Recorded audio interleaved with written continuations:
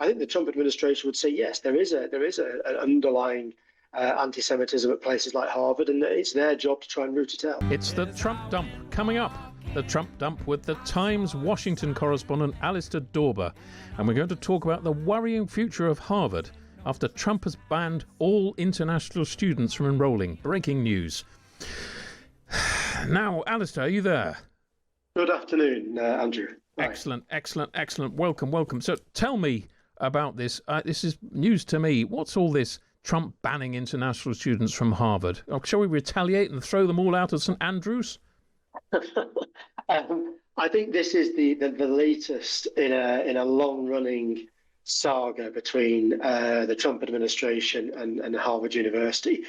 Harvard, by far the richest higher education college in the US, has resisted attempts by the White House, by the wider administration, to exert control really over members of staff it hires, what it teaches at the college. And says, we're an independent academic institution and we shouldn't have this oversight. And as a result of that, this is the latest salvo from the administration. The Department of Homeland Security says it's going to revoke Harvard's what they call Student and Exchange Visitor Program certificate, which is the system by which foreign students arrive at Harvard, about a quarter of the annual enrollment. And they all pay, of course, the highest fee, so it'll be financially damaging as well. Well, what about free speech? I mean, J.D. Vance is big on free speech. He's always telling us that we should take more account of free speech in the UK and in Europe. And here we have Trump banning foreign students from Harvard. I mean, if that isn't curtailing free speech, I don't know what is.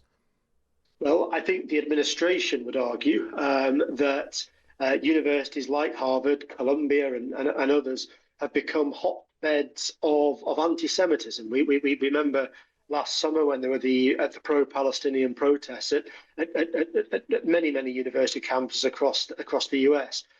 Trump campaigned last year on the idea that many of these protests were anti-Semitic and that there should be oversight of who was leading these protests and whether or not academic staff were involved too. He came into office and announced a plan to oversee universities' admissions and staff hirings and teaching programs. Harvard has resisted this, and this is the latest chapter of the fight today. Well, I don't blame them for resisting micromanagement at that level. But does anyone seriously believe, do you think, Alistair, that Harvard is deeply anti-Semitic? Well, if you speak to members of the Trump administration, yes, they do. They say that the university is wound up with what they call woke ideology, with DEI initiatives. Claudine Gay, who was the president of Harvard, went before a congressional select committee last year and really stumbled over questions about anti-Semitism, really struggled to justify the university's position. And that led to her resignation on other things as well. So I think the Trump administration would say, yes, there is an underlying anti-Semitism at places like Harvard, and it's their job to try and root it out. Mm-hmm. It's obviously early days in this. Has Harvard hit back? Has it said how it's going to react to this latest ultimatum? Well, its initial take is that the ruling by, or the decision by the Department of Homeland Security is unlawful, and I'm sure it'll go to the courts. A lot of Donald Trump's action since he came back into office, the signing of executive orders, the kicking out of trans people from the military, the Department of Education closure plan, which he has. A lot of these things will be ultimately tested by the Supreme Court. He's testing the will of the court to perhaps decide in a way that perhaps voters didn't vote for last year. And I think the universities and Harvard's the stance on Harvard is an example of that. Certainly, Trump seems to like appearing in court, doesn't he? He likes taking on the judiciary. So we'll see. Anyway, what you're saying there, David, leads very smoothly and sadly, I have to say, into the next Washington, D.C. topic, the issue of the day, the shooting of the 2 Israeli embassy staff killed outside the Jewish Museum, the Capitol Jewish Museum in Washington, D.C. And the Israeli government has accused European leaders of, quote, toxic anti-Semitic incitement after the murder of those two diplomats in the US. The suspect of the shooting, Elias Rodriguez, was heard chanting "Free Palestine" during and after the attack. Free, free Palestine! Free, free Palestine! Free, free Palestine! Pamela Smith, the chief of the Metropolitan Police in Chicago, has given this update. We believe the shooting was committed by a single suspect who is now in custody. Prior to the shooting, the suspect was observed pacing back and forth outside of the museum. He approached a group of 4 people, produced a handgun, and opened fire, striking both of our decedents. After the shooting, the suspect then entered the museum and was detained by event security. Once in handcuffs, the suspect identified where he discarded the weapon, and that weapon has been recovered, and he implied that he committed the offense. President Trump condemned the attacks on his Truth Social platform and has spoken to Netanyahu on the phone. Do you think he will speak publicly on it today, Alistair? Is he expected to say something on the record? Well, we've had his press secretary, Caroline Levitt. She spoke to reporters earlier on today, and she condemned the attacks and said that Donald Trump considered them to be anti-Semitic and abhorrent. We are expected to hear from Donald Trump on a different issue very, very shortly. So he may get asked about that. He may talk about it, but he's not scheduled to speak specifically on the shootings. We are, in the next hour or so, expecting to get Elias Rodriguez charged with the offences he's accused of committing last night. I suspect he will appear in court later today. Mm-hmm. And just generally speaking, and perhaps this is an impossible question, but it's an interesting one, I think. Is there a general feeling of anti-Jewish sentiment in Washington, D.C., more so, say, than in New York or Chicago or anywhere else for that matter? No, I don't think so in D.C. specifically. I think that there's been a huge rise in, first of all, anti-Jewish protests related to the war in Gaza over the last couple of years.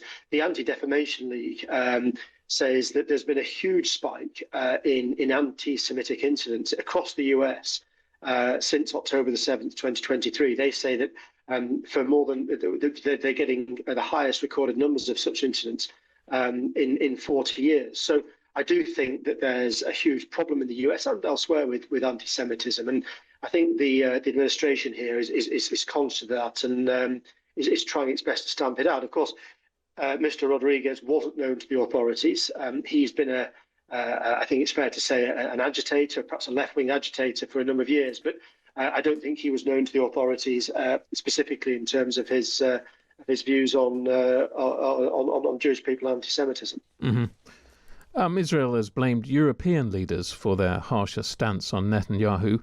Is it too early to put all the blame on us? Is it too easy to put all the blame on us? Well, I think that those comments from the Israeli government came specifically about the idea that Israel might face sanctions over its conduct in the war in Gaza. That the UK, specifically, as we reported this morning, was considering a frozen trade talks with Israel. I think that Israel generally feels isolated by incidents like this, and that it says heightens anti-Semitic rhetoric. So I think that's where the idea comes from. Of course, there is anger over the way Israel's conducting the war in Gaza and the treatment of the Palestinian people. I think it's very difficult necessarily. I mean, I know the Israeli government today singled out Keir Starmer, President Macron, and Mark Carney, the Canadian Prime Minister. I think it's very difficult to link them specifically to this terrible shooting incident in DC last night. But it just shows that there is a breakdown in alliances of countries that perhaps once stood quite closely together. You're quite right. These are very strange times we're living in.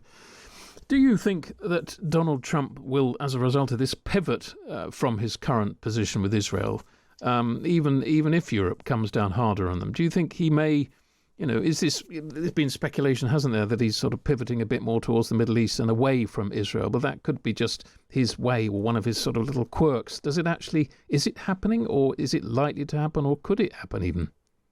I think it's definitely true that the administration in DC is getting frustrated with the continuation of the war. Don't forget, Donald Trump was in the Middle East last week. He visited Saudi Arabia, Qatar, and the UAE.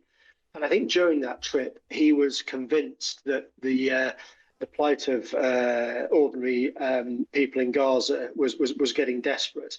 And I think that's increasingly, he's found himself increasingly frustrated with Benjamin Netanyahu's stance, which of course is to continue the war, to go in harder, to perhaps occupy Gaza. And I think we are reaching quite a tense moment between Washington and Israel. Okay, thanks for that, Alistair. Can we just switch now to Trump's tax cut bill passing the House vote? President Trump's multi-trillion-dollar tax-cutting legislation, which he likes to refer to as his one big beautiful bill, has been passed through the House of Representatives. Here's the moment the bill passed. On this vote, the yeas are 215, the nays are 214, with one answering present. The bill is passed.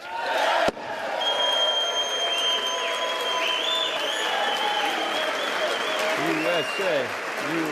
We look forward to the Senate's timely consideration of this once-in-a-generation legislation. We stand ready to continue our work together to deliver on the one big, beautiful bill. The bill will now be sent to the House of Senate, which will most likely vote on it next month. Now, Alistair, this has been what you might call a tough week for Trump. He went to Capitol Hill to help push this bill through the House of Representatives. Just how much strong-arming did the president have to do? A great deal. I mean, you heard the cheers there. I think that was largely because members of the House had been up all night voting, debating and trying to get this bill across the line. The vote was actually about 7:15 this morning when the bill was eventually passed. I think it has been a tough week. He's had dissent, open dissent from members of his own caucus in the House. He's had visitors to the White House to try and thrash out a deal. But ultimately, it is a win for Trump.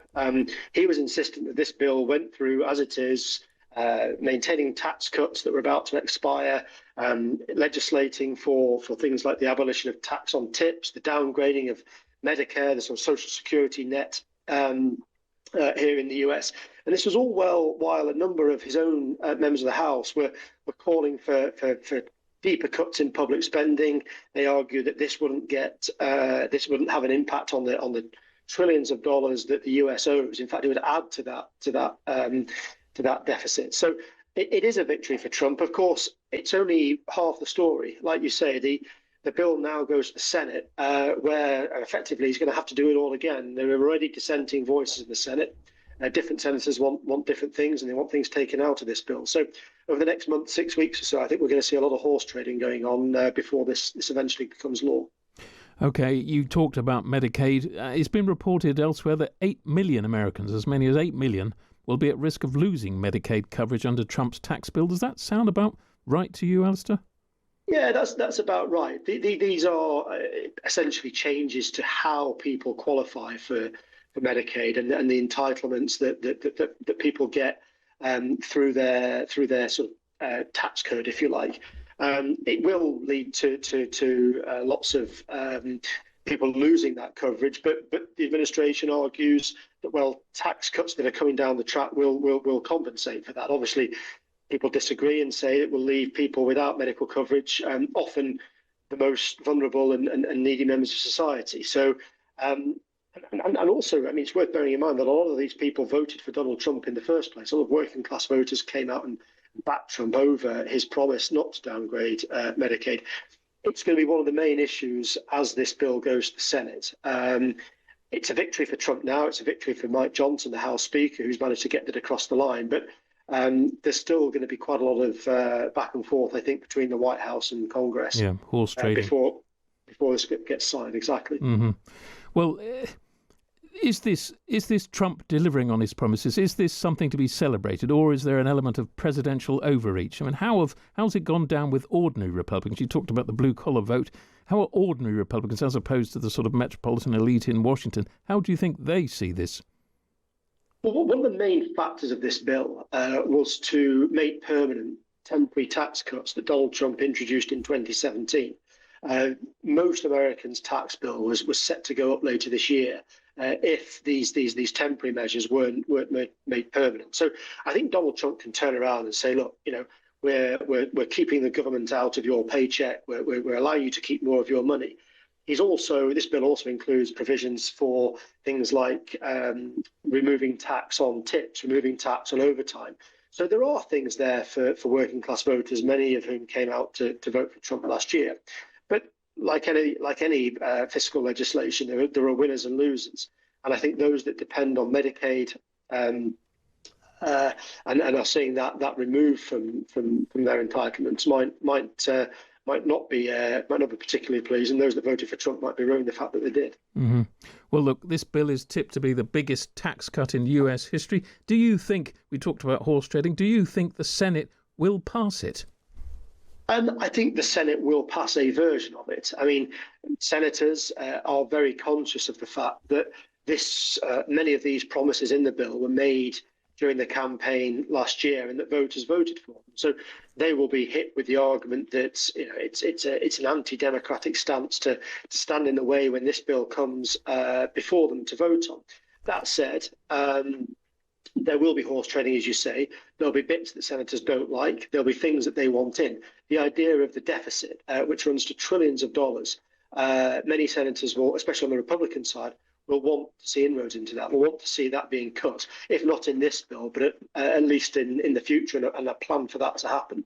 So there's still plenty up for grabs. Just because it's passed the House, it doesn't mean to say that it will be on Donald Trump's desk in the form it currently is. I suspect the 8 million or so people that are going to lose their Medicaid entitlements as it stands now, I suspect that number will fall quite dramatically.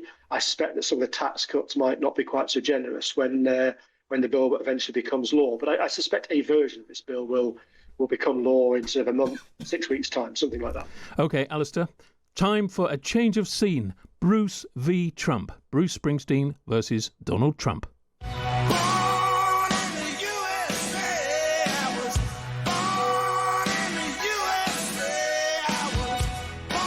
President Trump has taken a swipe at the rock star Bruce Springsteen, posting an edited video of himself hitting a golf ball at the singer on his Truth Social platform. Trump was angered by Springsteen calling the president corrupt and treasonous at a concert in Manchester last week. Alistair, do you think this was a genuine beef on Trump's part, or was it just a bit of fun? Perhaps Trump just wants to play golf with the boss, just as he told the president of South Africa to practice his golf swing before coming to Washington. Does he really mean this?